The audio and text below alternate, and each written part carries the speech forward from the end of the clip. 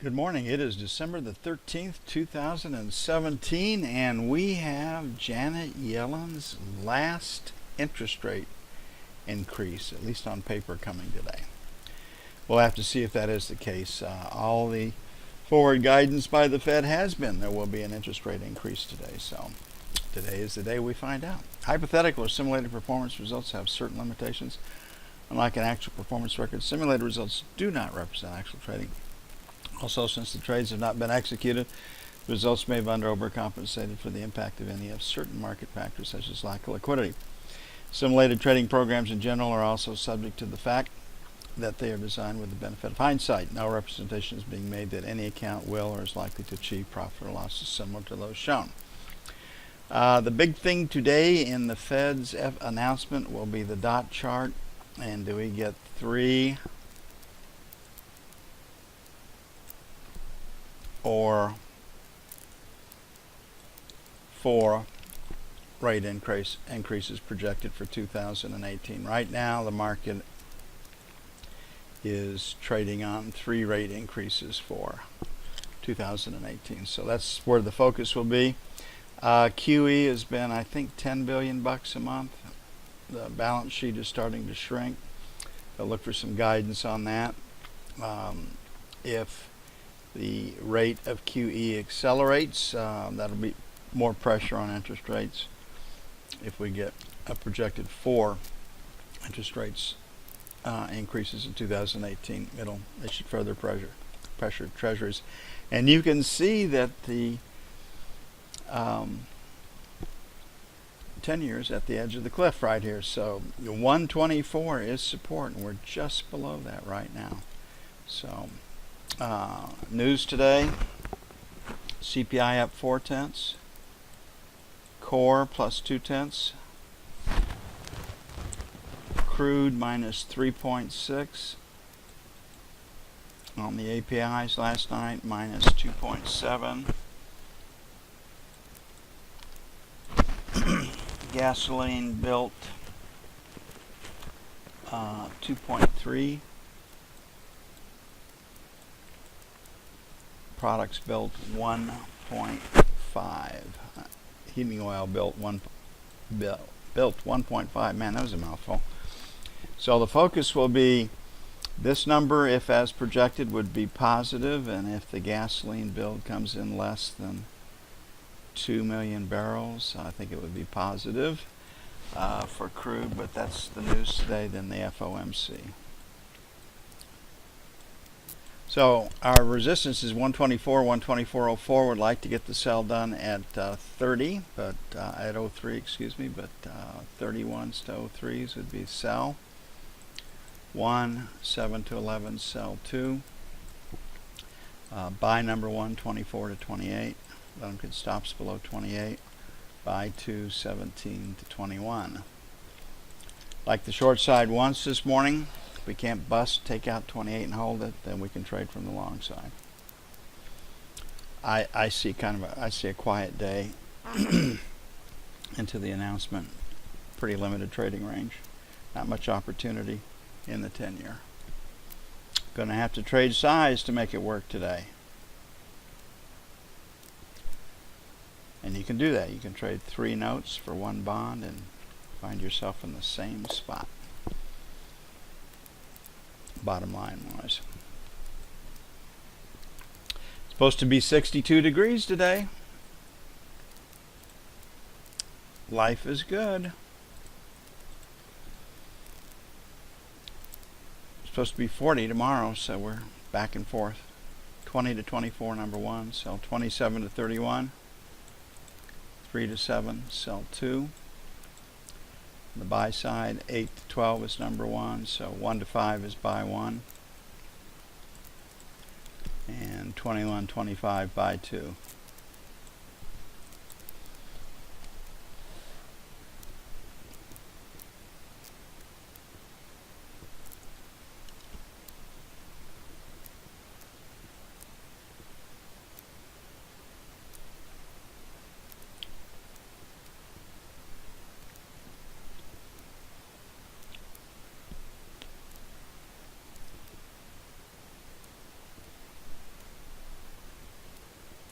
Looking at gold.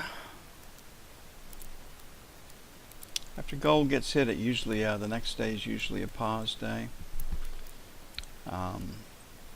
We've had this heavy selling up here. You can see 1250 is really where resistance is.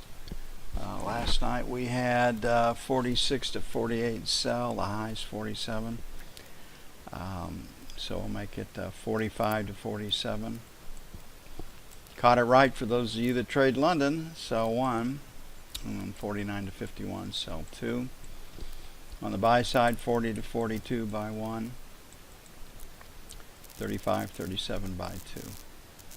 Higher interest rates are not good for gold. Same dilemma people face in Bitcoin.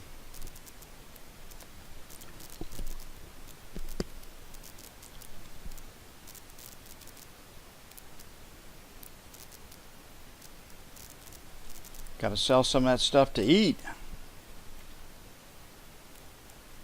Okay, higher interest rates are not good for the euro, but an increase of 25 basis points pretty well is baked into all markets right now. So the focus will be the dot plot, the dot charts. Last night we had a sell at 50 to 60. The high was 66. Had multiple opportunities. We like the short side of the market. You can see that we didn't quite get back up here to this spill at 68. So supports at quarter, and we'll just leave it at that. Buy 1 at a quarter. Buy 2 at 25. How about the buck? Too many numbers. Too damn many markets right here. 50 to 60, sell 1. 75 to 85, sell 2.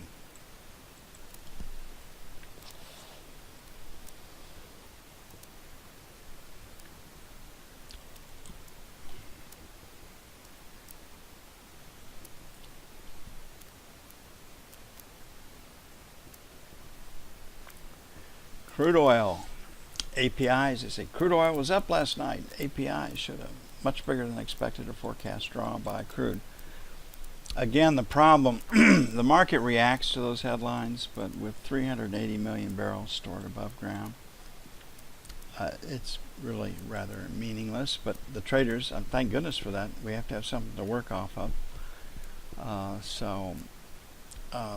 You can see yesterday's close, and again, it's the same thing in crude oil. After we've had a trend day down, the tendency is to pause, consolidate. So you can see right here, probably pretty good resistance at 58, probably pretty good support down at 57.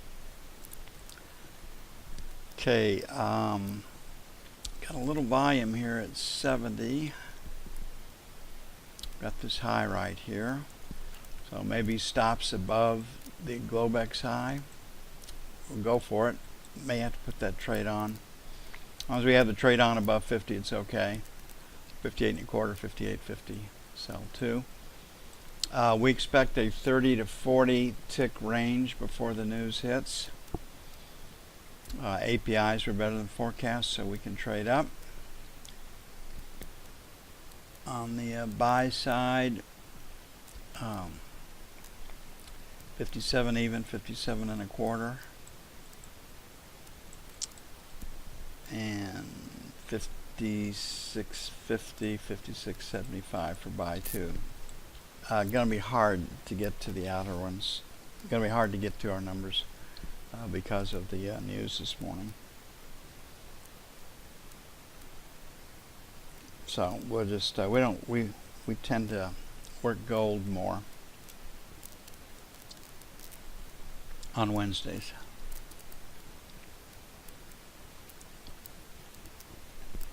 Okay, Judge Roy Moore lost last night in Alabama, and that's got to make the Republican establishment happy as hell. It will encourage the political attacks on Trump via a womanizer sexual abuse. All these people that have been caught actually doing it will be wiped off the news deal, and the focus will shift now to what a bad guy Trump is, because the womanizer attack on Moore was successful. And if it had not been successful, it would be there anyway. So I don't know if Trump got a setback or not last night. You know, politics are local and gets down to the man. And Moore was controversial to begin with. And again, the Republicans did not support him. They were write-in candidates at the national level, and the Democrats saw it as a must-win situation, or if they could get a win there, and they did, so to their credit. So I'm sure that Trump will be tarred with the same brush, and we'll talk about how unpopular his programs are, etc. But the market is saying business as usual. So here's the rundown on the election results. Election results are in. Market starts to come back. Buy the dips is working, and probably will until Trump's tax package passes, and then we'll have to see. So still like the long side of the market. Pretty good support, 55 to 60. Let's see this down here. And resistance is 73 to 75. So our first buy is 62.64.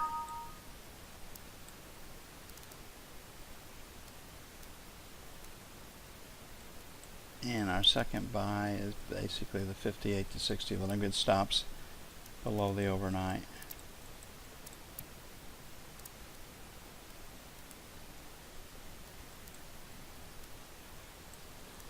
Well, he was controversial as could be, and had a lot of forces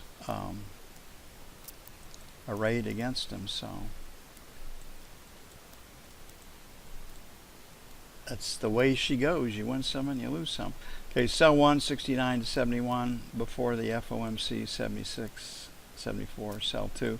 The tendency is for the market to rally into the FOMC announcement. The tendency is for it to rally the day before, which it did do.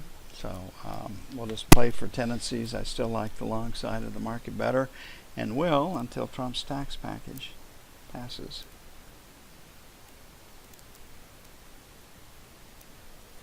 Hard to say these days. There's just so much noise out there. I mean, it's shrieking. And one of the neat things about the profile and our way that we look at the market is that we really aren't impacted by the fake news as much as other approaches to the market are, because we can see if the market is still being bought or being sold, and we just join the money.